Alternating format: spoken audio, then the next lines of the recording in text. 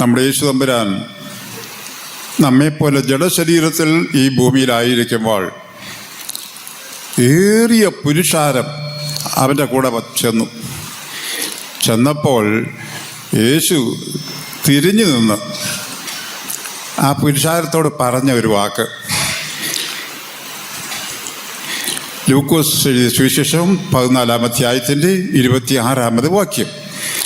എൻ്റെ അടുക്കൽ വരികയും അപ്പനെയും അമ്മയെയും ഭാര്യയെയും മക്കളെയും സഹോദരങ്ങളെയും സഹോദരികളെയും സ്വന്തം ജീവനെയും കൂടെ പകയ്ക്കാതിരിക്കുകയും ചെയ്യുന്നവന്. അവിടെ മറ്റൊരു കാര്യം കൂടെ എഴുതിയിട്ടുണ്ട്, നിലങ്ങളെയും പുരയിടങ്ങളെയും വീടും എല്ലാം വെറുക്കാത്തവന്, ഉപേക്ഷിക്കാത്തവന്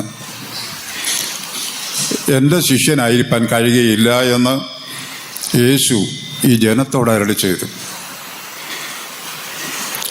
ഇംഗ്ലീഷ് ബൈബിളിൽ വെറുക്കുക എന്നുള്ളതിന്, പകയ്ക്കുക എന്നുള്ളതിന് ഹെയ്റ്റ് എന്ന പദമാണ് കൊടുത്തിരിക്കുന്നത്. ഹേറ്റ് എന്ന വാക്കിൻ്റെ അർത്ഥമെന്താ?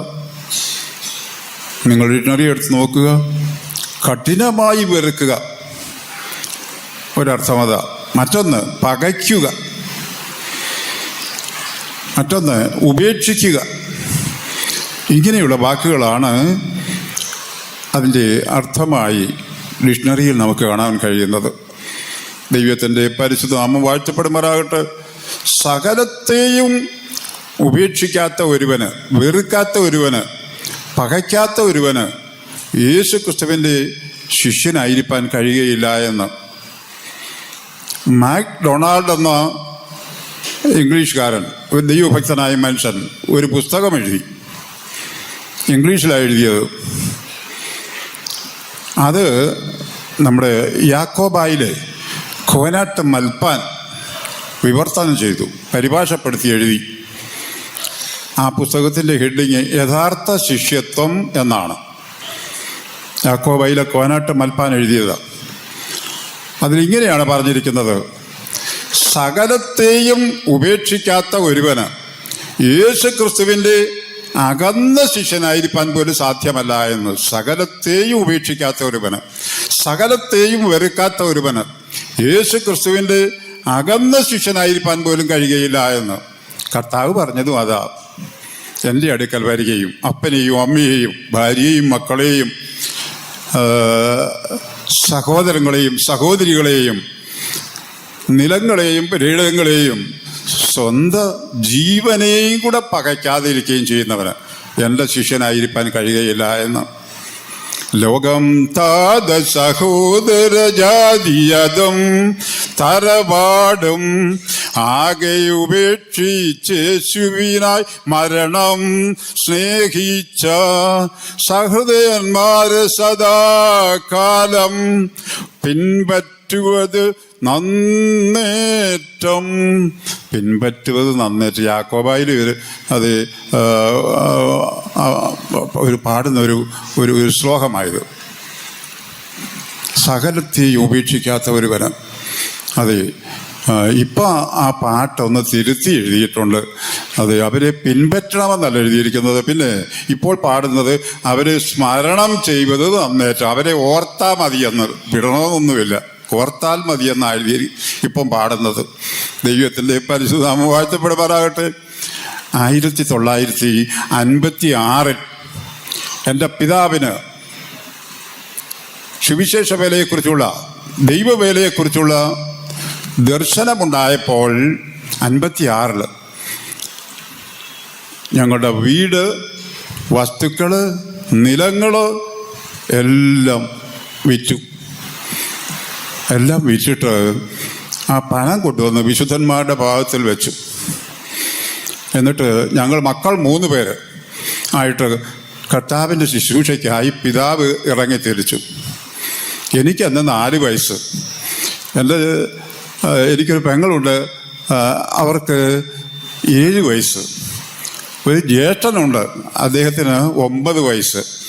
9, 7, 4 3 മക്കളുമായിട്ട് കൊട്ടാരക്കര സെൻട്രൽ ഫെയ്ത്ത് വന്നു. 1956 കൊട്ടാരക്കര സെൻട്രൽ ഫെയ്ത്ത് വന്ന വാടക വീടായിരുന്നു.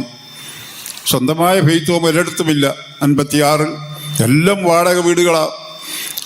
ഈ വാടകയ്ക്കെടുക്കുന്ന വീടിൻ്റെ പറമ്പിൽ ഓല കൊണ്ട് ഒരു ഷെഡുണ്ടാക്കും. അതാണ് ആരാധനാ ആലയം. ഇപ്പം നല്ല മനോഹരമായ ആരാധനാലയത്തിരുന്നല്ലേ നമ്മൾ ദൈവത്തെ ആരാധിക്കുന്നത്. അന്ന് ഓലമേഞ്ഞ ഷെഡ്. എൻ്റെ പിതാവ് അത് ഏറിയ വർഷം ഹൈ റേഞ്ചിലിരുന്ന് കർത്താവിനെ ശുശ്രൂഷ ചെയ്തു. ഞാനന്ന് സ്കൂളിൽ പഠിക്കുന്ന കാലമാണ്. സ്കൂളടയ്ക്കുമ്പോൾ പിതാവ് വന്നിട്ട് എന്നെ കൊണ്ടുപോയി 10 ദിവസം അദ്ദേഹത്തിൻ്റെ കൂടെ നിർത്തും. മക്കളെ കൊണ്ടുപോയി. വന്നതിൻ്റെ 10ാം ദിവസം പിതാവിനെ ഒരു സെൻറ്ററിലോട്ട് മാറ്റി എന്നെ കൊട്ടാരക്കര ഫെയ്ത്തോമിൽ നിർത്തും. 4 വയസ്സുള്ള എന്നെ. എൻ്റെ പെങ്ങളെ തുമ്പമണ്ണയൊക്കെ മാറ്റി. ജ്യേഷ്ഠനെ വാടക ഫെയ്ത്തോമിലോട്ട് മാറ്റി. 4 പേരെ 4 വഴിക്ക് ചിതറിച്ചു കളഞ്ഞു. ദൈവത്തിൻ്റെ ഈ പരിശുദ്ധ നാമം വാഴ്ത്തപ്പെടുമാറാകട്ടെ. സ്കൂൾ അടയ്ക്കുമ്പോൾ പിതാവ് വന്ന് കൂടെ കൊണ്ടുപോയി 10 ദിവസം നിർത്തിയിട്ട് തിരിച്ചു കൊണ്ടുവന്ന് പഠിക്കുന്ന ആ ഫെയ്ത്തോമുകളിൽ സ്ഥാനത്ത് കൊണ്ടാക്കും. അത് പിതാവിരുന്ന ഹൈറേഞ്ചിലൊക്കെ അത് ഞാൻ ചെല്ലുമ്പോൾ പുല്ലുമേഞ്ഞ വീട്. അവിടെ ഓല കിട്ടത്തില്ല, തെങ്ങൊന്നുമില്ല. പിന്നെ കാട്ടിൽ നിന്നും പുല്ല് അറുത്തുകൊണ്ട് വന്നിട്ട് ആ പുല്ല് ഉണങ്ങി പുല്ലുകൊണ്ട് മേഞ്ഞ വീട്. ആരാധനാ ഹോളും പുല്ലുകൊണ്ട് മേഞ്ഞത്. അത് 4 തടിത്തൂളെ ഇങ്ങനെ നിൽക്കും. അതിൻ്റെ അരഭിത്തിയുണ്ട്. അരഭിത്തി എന്ന് പറഞ്ഞാൽ അത് ചെളി കുഴച്ച് ഇങ്ങനെ ഉണ്ട പിടിച്ച് ഭിത്തി ഉണ്ടാക്കും. ഭക്ഷണമില്ലാത്ത കാലം, പണമില്ലാത്ത കാലം, കുഞ്ഞുങ്ങളായ ഞങ്ങൾക്ക് പോലും തരുവാൻ ആഹാരമില്ലാത്ത ഒരു കാലമായിരുന്നു അന്ന്. ദൈവത്തിൻ്റെ പരിശുദ്ധ നാമം വാഴ്ത്തപ്പെടുമാറാകട്ടെ. അങ്ങനെയുള്ള പുല്ലുമേഞ്ഞ വീടുകളിലും പുല്ലുമേഞ്ഞ കൊണ്ട് മേഞ്ഞ ആരാധനാ ആലയങ്ങളിലുമാണ് അന്നത്തെ കാലത്ത് അത് ഉണ്ടായിരുന്നത്. ദൈവത്തിൻ്റെ പരിശുദ്ധ നാമം വാഴ്ത്തപ്പെടുമാറാകട്ടെ. എന്നാൽ ഇപ്പോൾ അന്തരീക്ഷമൊക്കെ മാറി. 4 വയസ്സിൽ ദൈവത്തിൻ്റെ ഭവനത്തിൽ വന്ന എനിക്ക് 24ാമത്തെ വയസ്സിലാണ് നല്ല ഭക്ഷണം കിട്ടിയത്. 20 വർഷം കിട്ടിയില്ല. ഉച്ചഭക്ഷണം കഴിക്കാതെ വിദ്യാഭ്യാസം പൂർത്തിയാക്കി കൂട്ടുകാരെല്ലാം കഴിക്കാൻ പോകും. കുറേ പേര് കൊണ്ടുവരും, സ്കൂളിൽ കൊണ്ടുവരും, അവിടെ വെച്ച് കഴിക്കും. വീട്ടിൽ പോകുന്നവരുടെ കൂടെ ഞാനും നടന്ന ഒരു ജംഗ്ഷനിൽ ചെല്ലും. ജംഗ്ഷനിൽ ചെന്നിട്ട് ആ ജംഗ്ഷനിൽ ഞാൻ അവിടെ നിൽക്കും. കൂട്ടുകാരിങ്ങനെ തിരിഞ്ഞു പോകും. കൊല്ലത്തേക്കുള്ള മെയിൻ റോഡ്, കൊട്ടാരക്കരയ്ക്കുള്ള മെയിൻ റോഡ്. ഇവർ വീടുകളിൽ പോയി കഴിച്ചിട്ട് തിരിച്ചു വരുമ്പോൾ ഞാൻ ഇവരുടെ കൂടെ നടക്കും. ഞാൻ കഴിച്ചില്ലെന്ന് അവരോട് പറയുകയില്ല. നമുക്കൊരു അഭിമാനമില്ലേ, ആരോടും പറയുകയില്ല കഴിച്ചിട്ടില്ലെന്ന്. അങ്ങനെ നടന്ന് സ്കൂളിൻ്റെ പഠിക്ക ചെല്ലുമ്പോൾ ഒരു കാപ്പിക്കടയുണ്ട്, ഒരു ക്രിസ്ത്യാനിയുടെ കാപ്പിക്കട. ആ കാപ്പിക്കടയിൽ കയറിയിട്ട് അദ്ദേഹത്തോട് പറയും, അച്ചായ 1 ഗ്ലാസ് പച്ചവെള്ളം വേണം കുടിക്കാൻ. അദ്ദേഹം അണ്ടായിൽ നിന്ന് പച്ചവെള്ളം മുക്കിത്തരും, അത് കുടിക്കും. അതാണ് ഉച്ചഭക്ഷണം. വൈകിട്ട് ഫെയ്ത്തോമിൽ ചെല്ലുമ്പോൾ 5 മണിയാകും. 1 മണിക്കൂർ നടന്നെങ്കിലേ ഫെയ്ത്തോമിൽ ചെല്ലുകയുള്ളൂ സ്കൂളിൽ നിന്ന്. അവിടെ ചെല്ലുമ്പോൾ ഇച്ചിരി കപ്പ നുറുക്കോ ചോറോ കിട്ടിയെങ്കിലായി, കിട്ടിയില്ലായി. അങ്ങനെയുള്ള ഒരു കാലഘട്ടം ഉണ്ടായിരുന്നു. ദൈവത്തിൻ്റെ പരിശുദ്ധ നാമം വാഴ്ത്തപ്പെടുമാറാകട്ടെ. ഇപ്പോൾ അന്തരീക്ഷം എല്ലാം മാറി. നമ്മുടെ വേല വിശാലമായി. ഏകദേശം 65 രാജ്യങ്ങളിൽ ഇന്ന് നമ്മുടെ ഈ വേല വ്യാപിച്ചു കിടക്കുകയാണ്. ഒരിടത്തും പട്ടിണിയുമില്ല, പിന്നെ ബുദ്ധിമുട്ടുകളൊന്നുമില്ല. നല്ല വിശ്വാസ ഭവനങ്ങൾ, നല്ല ആരാധനാ ഹോള്, പിന്നെ നല്ല ഭക്ഷണം, പിന്നെ സഞ്ചരിക്കുവാൻ വാഹനം. എല്ലാ ലോക്കൽ ഫെയ്ത്തോമുകളിലും വാഹനമുണ്ട്. ദൈവത്തിൻ്റെ പരിശുദ്ധ നാമം വാഴ്ത്തപ്പെടുമാറാകട്ടെ. ഞാൻ 74 തിരുവല്ല സെൻട്രൽ വരുമ്പോൾ ഒരൊറ്റ ലോക്കൽ ഫെയ്ത്തോമുകളിൽ ഒരു 2 വീലർ പോലുമില്ല, ഒരു സൈക്കിൾ പോലും ഇല്ലാത്ത കാലമാണ്. സെൻട്രൽ ഫെയ്ത്തോമിൽ ഒരു പഴയ കാറുണ്ട്. അതിൻ്റെ ബോഡി ഒരു കമ്പനിയുടേത്, ഇഞ്ചൻ വേറൊരു കമ്പനിയുടേത്, ഹൗസിങ് വേറൊരു കമ്പനിയുടേത്, ഗിയർ ബോക്സ് വേറൊരു കമ്പനിയുടേത്. ഇങ്ങനെ ഐക്യമുന്നണിയായിട്ടുള്ള ഒരു കാറ്, ഒരു പഴയ കാറ്. ഞാനാണ് അത് ഓടിക്കുന്നത്. 5 വർഷം സെൻട്രൽ ഫെയ്ത്തോമിൽ ആ വാഹനം ഓടിച്ചു, 79 വരെ. ദൈവത്തിൻ്റെ ഈ പരിശുദ്ധനാമം വാഴ്ത്തപ്പെടുമാറാകട്ടെ. ഇന്ന് എല്ലാ ഫെയ്ത്തോമുകളിലും വാഹനമുണ്ട്.